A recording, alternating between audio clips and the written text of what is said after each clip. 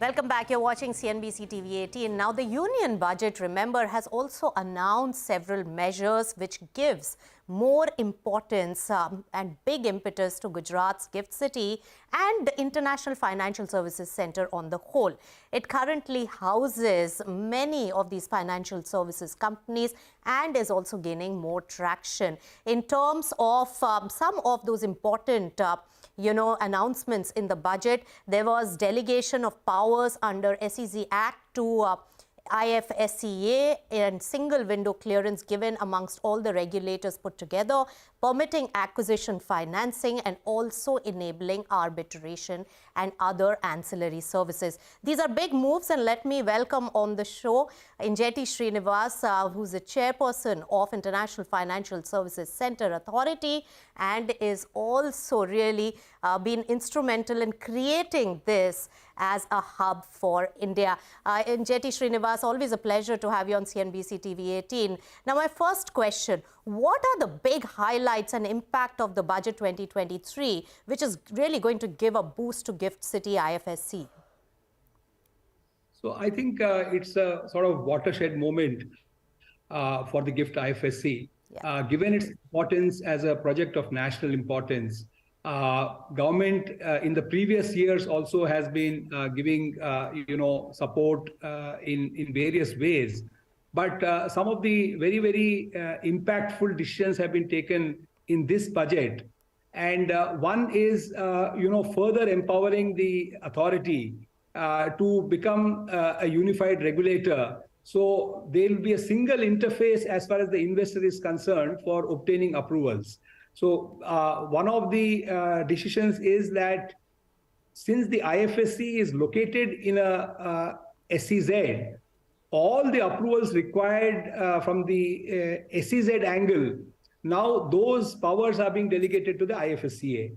So that is one part of it.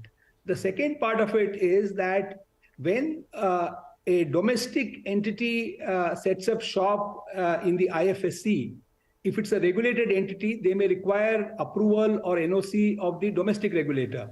Even for making offshore direct investment, they would require the approval of RBI. Now, all these, as of now, separately, the investor has to make applications and obtain all the approvals. And sometimes the cumulative time which is taken becomes, longish. Right. So I want to ask you that now that this delegation of power has taken place and IFSCA under your leadership is a work going on under progress right now, in how much time will you be able to create this single window clearance? I think it's work in progress already. Yes.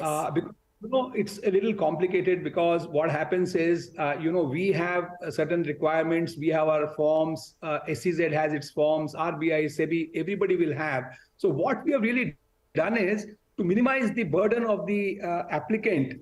We have seen what is the common pieces of information all different regulators and agencies require. And we are trying to have a system where there is no duplication. So when the form is filled up, there'll be one common part where those pieces of information will be through an API system shared for the other regulators also. And the regulator specific information only will be filled in, by the applicant. So right. One is that the information burden on the applicant is reduced. Second, it's a time-bound approval system. Yes. And the of which approval has to precede which approval. Yes. And approval has to follow which approval. So it's a very tightly controlled thing. So I think it will be very beneficial. And if I want to sort of indicate something similar in the corporate affairs, when you incorporate a company, you have what's called the SPICE Plus, which actually through one form, you get 10 different approvals, yes. Including STN and the labor EPFO and all those approvals. So this is modeled on that. Yes. We are working on it, and hopefully in less than 6 months this should become operational.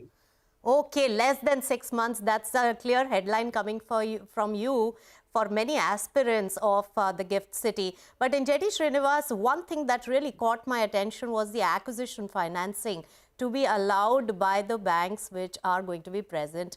How is this going to work? Have you already seen interest from the banks? Give us some little more sense into it. Yeah, so I think, acquisition finance is quite popular overseas. And today we have a fairly decent concentration of foreign banks in the GIFT IFSC. I think there are 10 odd banks. And they have been, making requests to be enabled to do acquisition finance. There are some limitations in the Banking Regulation Act which say that a bank cannot hold more than 30% shares in a company or cannot deploy more than 30% of their share capital, for a company. So this has become, in a way, an impediment for acquisition finance, because typically when you do acquisition finance, your security is the shares, both of the company which is acquiring and the company which is being acquired. By this sort of carve out, the foreign banking units will be allowed to do this. Right now, because the Reserve Bank of India does not allow the Indian banks to do acquisition finance beyond the prescribed limits. And you can't have more than shares. I'm afraid the Indian branches of the Indian banks would not be able to do it, but the foreign IBUs, IFSC banking units, will be able to do it. It's a big thing, because this is very common when you're developing rapidly. A lot of corporate restructuring take place, a lot of mergers, demergers, all these things take place. Yes. And acquisition finance makes a lot of sense.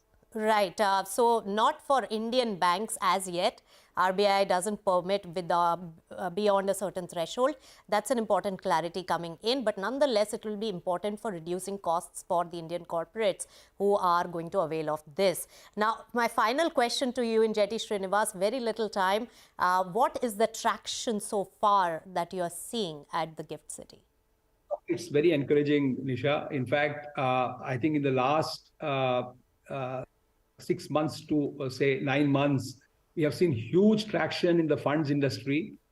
In such a short time, there are more than 50 funds and more than 50 fund management entities which have been set up. And the total amount, committed amount, is exceeded 11 billion. So in a short span, this sort of traction, I think, is very encouraging. The same thing applies to the banking industry. Today, the combined assets have crossed, 37, 38 billion. In a very short span, this has also happened. Reinsurance is another emerging area. But I would just conclude by bringing to your attention one major announcement which the FM made, and that is offshore derivative instruments. Now, this is a very important thing. I mean, commonly referred to as participatory notes.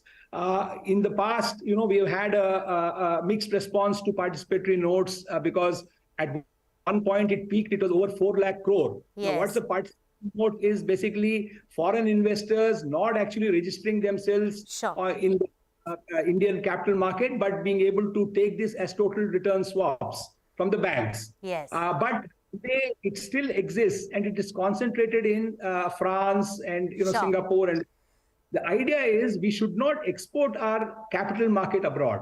We should not export our financial market abroad. We have it within our own country. And because we have capital account convertibility restrictions, is the place where you don't have it. And we should be the net importers of financial services, and that's the center that you're creating. Injeti Srinivas, always a pleasure speaking to you. Thanks so much for joining us. With that, it's a wrap on this special broadcast on Budget 2023 Impact, and news and updates continue on the other side. Stay tuned.